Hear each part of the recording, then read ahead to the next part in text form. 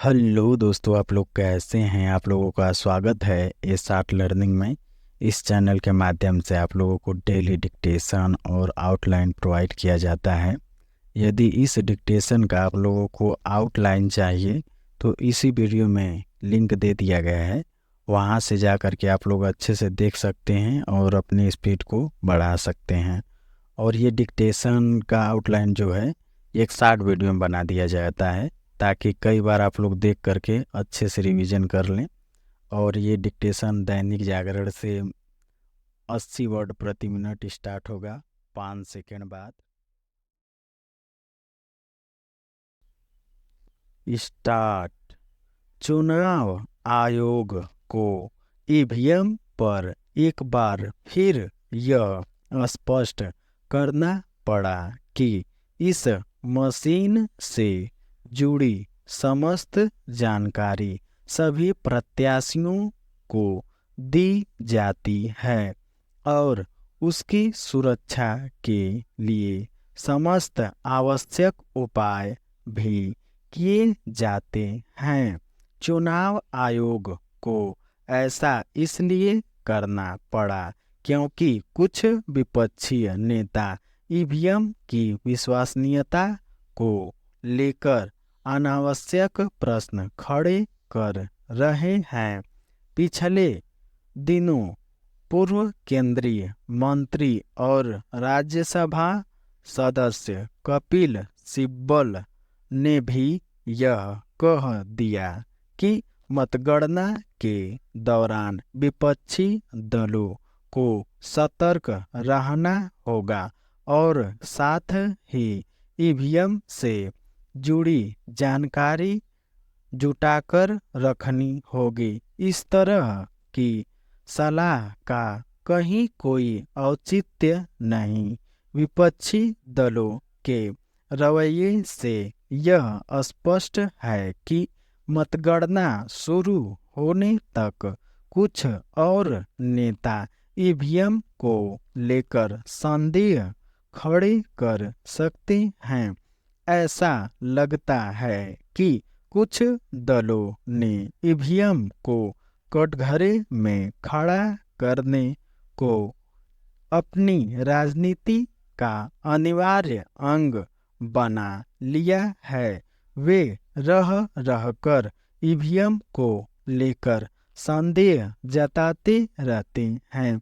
हालांकि विपक्षी राजनीतिक दल ईवीएम के खिलाफ कई बार उच्च न्यायालयों और सर्वोच्च न्यायालय का दरवाजा खटखटा चुके हैं, लेकिन वहां से नाकामी मिलने के बावजूद वे ईवीएम पर सवाल उठाने से बाज नहीं आ रहे हैं।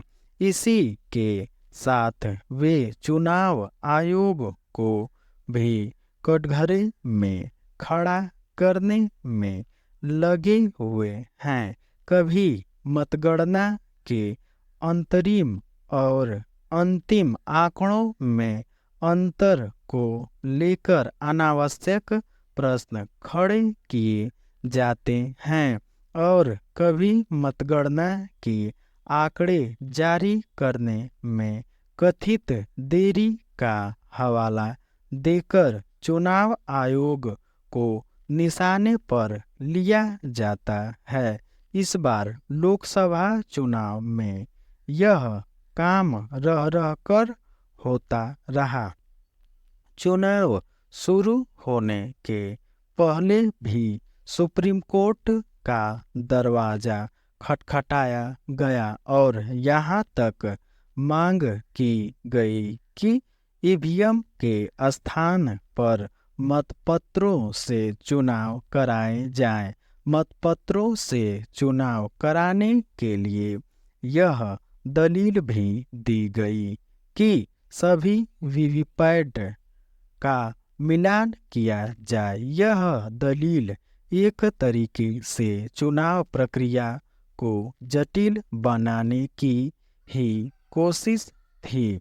सुप्रीम कोर्ट ने इस तरह के सभी प्रयासों पर पानी फेर दिया। इसके बाद भी कुछ राजनीतिक दलों को चैन नहीं है। यह मानने के अच्छे भले कारण हैं कि ईवीएम और चुनाव आयोग पर सवाल उठाने का काम जानबूझकर किया जा रहा है ताकि लोगों के मन में संदेह के बीज बोए जा सके। कभी कभी तो ऐसा लगता है कि विपक्षी राजनीतिक दल आम चुनाव में अपनी संभावित हार के बहाने तलाश रहे हैं। यदि ऐसा नहीं है तो फिर क्या कारण है कि ईवीएम को लेकर बार बार वही प्रश्न खड़े किए जाते हैं, जिनका उत्तर चुनाव आयोग और साथ ही सुप्रीम कोर्ट की ओर से दिया जा चुका है। चूंकि यह स्पष्ट है कि ईवीएम को बदनाम करने का सिलसिला थमने वाला नहीं, इसलिए यह आवश्यक है कि चुनाव आयोग को कुछ ऐसे अधिकार दिए जाएं कि वह ईवीएम पर भेजा सवाल उठाने वालों के खिलाफ कानूनी कार्रवाई कर सके।